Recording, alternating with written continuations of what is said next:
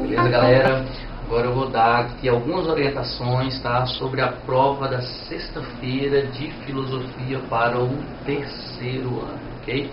O tema dessa prova da sexta-feira agora, gente, vai ser principalmente o conceito de corpo, enfatizando a concepção em Platão, ok? Enfatizando a concepção de Descartes e dos materialistas e a concepção dos monges ascéticos da Idade Média. Okay? Além disso, também vai entrar a morte na concepção de Platão também, tá? A morte vai ser outro tema, na concepção de Epicuro, a morte na concepção de Epicuro, e na concepção de Martin Heidegger e de Jean-Paul Sartre, beleza? Então vamos lá, vamos dar uma relembrada bem rápida em todos esses. Primeira coisa, a gente tem que entender que Platão entende que o ser humano é um ser dual, ou seja, para Platão, o ser humano ele se estabelece em um dualismo. Ele é constituído de mente e corpo. O homem ele tem duas esferas que fazem parte dele. A mente, que é aquela parte abstrata, que é aquela parte racional, que Platão inclusive considera a parte superior, né? A parte maior e mais importante do homem, nesse sentido. E o corpo, que seria a parte inferior, que inclusive tem que ser dominado pela mente, pela parte racional, né? O corpo para Platão, gente, não se refere somente ao corpo, aquela estrutura material que nós temos, mas também aos desejos, aos instintos e às paixões que estariam ligados a essa nossa vida material, né? Que estaria ligado a essa estrutura material nossa, tá? Platão vai dizer que a mente tem que ser superior ao corpo justamente para o benefício do corpo. Por quê? Parece um pouco contraditório, mas para Platão, o cuidado com o físico, o cuidado com o corpo é fundamental. Embora ele valorizasse mais a razão e a mente humana e dissesse que a mente tem que dominar o corpo, ele entendia que os cuidados com o físico, com o corpo, são fundamentais. Inclusive, para ele, o cuidado com o físico, com o bem-estar físico, é uma demonstração de que a mente controla o corpo. Por quê?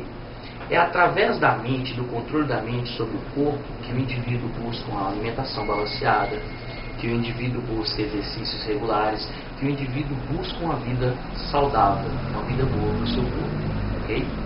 Então, de forma básica, a gente entende Platão com a sua concepção de corpo desse jeito. O homem é dual, é mente e corpo, e o controle da mente propicia o cuidado que a pessoa deve ter com o seu físico.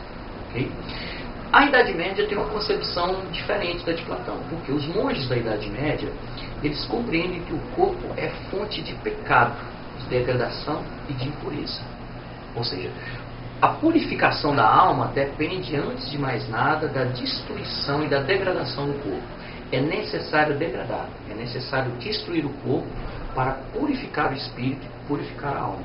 Era muito comum na Idade Média, inclusive, a utilização de instrumentos como o tripalo, gente, que era uma espécie de pedaço de madeira dividido em 3 pontas com um pedaço de ferro na ponta, e esse objeto era utilizado para suplício, para flagelação do corpo.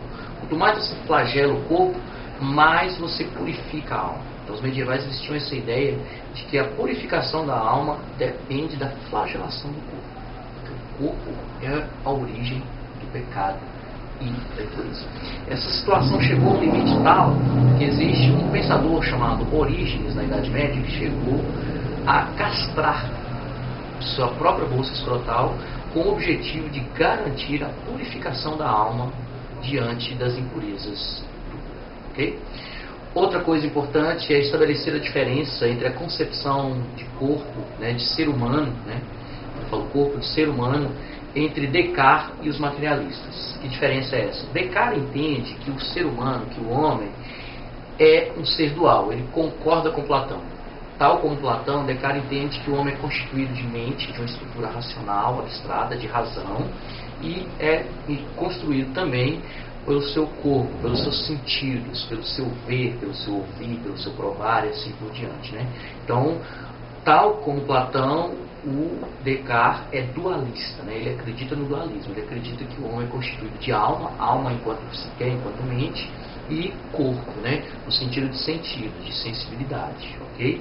Já os materialistas discordam completamente disso. Para os materialistas não existe dualismo no ser humano. O ser humano é corpo.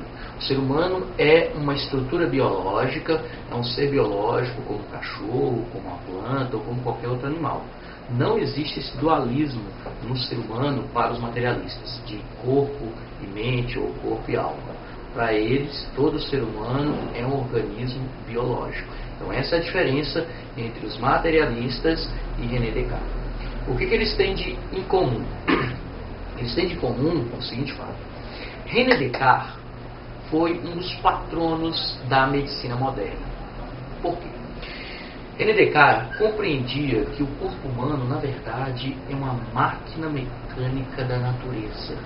Que toda a estrutura do corpo humano funciona obedecendo regras e leis da natureza. Por exemplo, o movimento de sístole e diástole do coração segue um ritmo de uma lei natural da fisiologia humana.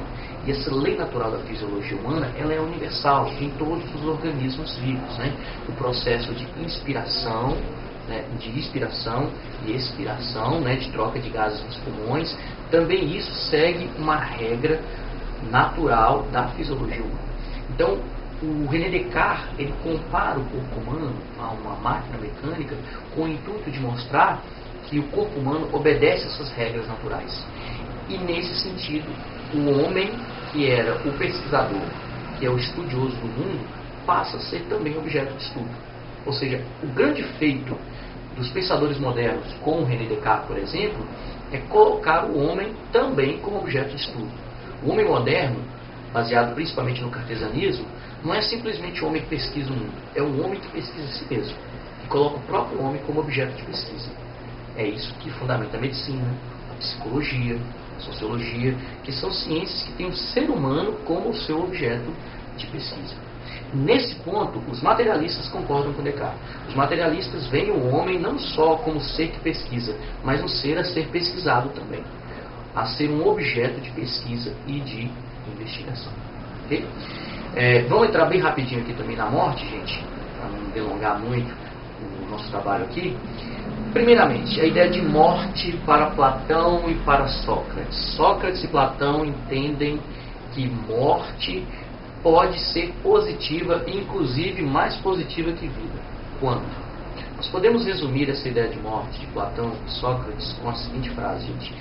É melhor morrer em honra do que viver em desonra. O que Platão e Sócrates estão querendo dizer com isso? Eles estão querendo dizer que uma vida só tem sentido se for uma vida presa a uma causa ética, a um ideal ético.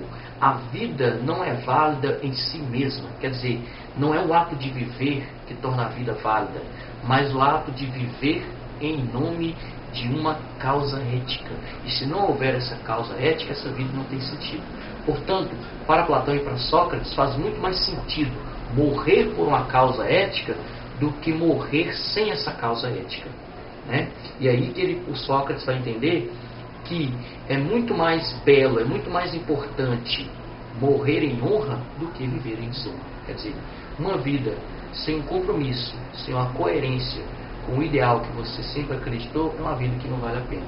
É muito mais significativo, vale muito mais a pena, se for o caso, você morrer em nome dessa causa, do que viver, entendeu, sem essa causa ou retratando essa causa. Okay? Já Epicuro tem uma ideia um pouco mais individualista de morte, né? Uma concepção um pouco mais individualista. Por quê? O Epicuro fala que não há necessidade de se preocupar com a morte. Por quê?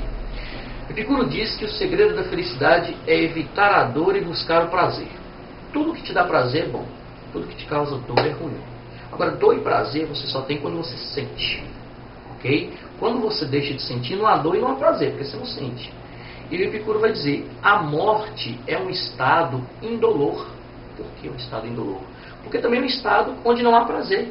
E por quê? Porque você não sente. Se você não sente, não há prazer e não há dor. Se não há prazer, não há dor. Então não tem por que você temer a morte. A morte é indolor. Quando ela vem, acontece, e você sente. E quando você se preocupa com a morte, segundo Epicuro, você antecipa uma dor que não existe. Aí você está fazendo o contrário do que deve ser feito para buscar felicidade. Porque buscar felicidade é buscar prazer e evitar dor. Se você se preocupa com a morte, o que você está fazendo? Você está evitando o prazer, você está evitando as coisas que te fazem bem e está buscando uma coisa que te faz mal, que é o quê? O pensamento de morte na sua cabeça. Okay?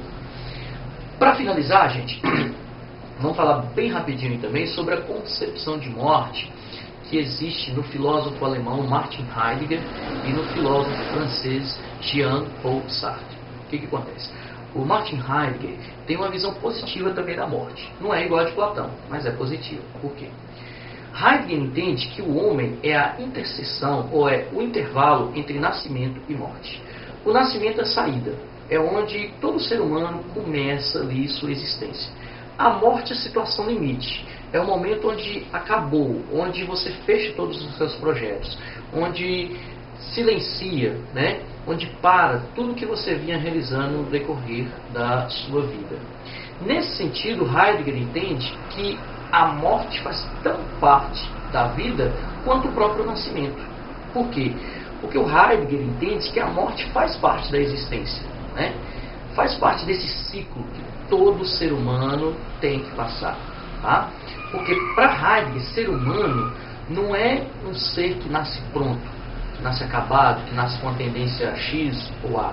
O ser humano é um ser que tem um projeto de si mesmo que se faz no mundo. O que é ter um projeto de si mesmo que se faz no mundo?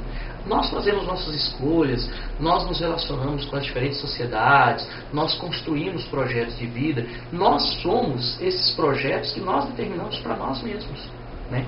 Isso que nós produzimos para a nossa própria existência. Uma frase que resume bem essa ideia de ser humano do Heidegger é uma frase de Guimarães Rosa, né? Até porque a literatura do Guimarães Rosa tem uma semelhança muito grande com o Heidegger. O de Guimarães Rosa fala que o importante não é a saída, no caso do Heidegger seria o nascimento, e nem a chegada, que seria a morte. O importante é a travessia. Ou seja, o importante não é o nascimento e a morte em si, é o que você viveu entre o nascimento e a morte. O que foi você entre o nascimento e a morte. Porque o nascimento é a saída e a morte é o estado limite. Né? Então a morte é tão comum na vida como qualquer outra coisa. Se ela faz parte do ciclo vital, quando ela chega, é porque ela chegou como limite do que você tinha que viver, do que você já viveu. Por isso que é comum, muitas vezes, pessoas que chegam à morte no estado de ancião, chegarem à morte com uma certa satisfação, às vezes, com um certo conformismo. Porque ele entende que o projeto que foi a vida dele se realizou. Tá? Já o Sartre tem uma ideia diferente do Heidegger. O Sartre tem uma ideia extremamente negativa, da morte. Sartre entende que a consciência de morte do homem é não diria a primeira, mas é uma consciência de terror e de angústia. Por quê? A consciência da morte é a sabedoria que você caminha para o nada. É a sabedoria que você vai chegar a um ponto onde você não vai mais existir, onde você vai deixar de existir. E esse conhecimento, essa consciência da não existência, de que você vai deixar de existir, nos leva a um estado de terror e de angústia. Então Sartre, ele não tende a consciência de morte como uma coisa boa, não, pelo contrário, é negativa. A morte, inevitavelmente, é uma consciência do fim. É uma consciência de que você caminha para o fim, que você caminha para o nada, e essa consciência gera em você, desperta em você o terror, né? Segundo Sartre, de forma inevitável. Ok? Beleza, gente, são essas as dicas.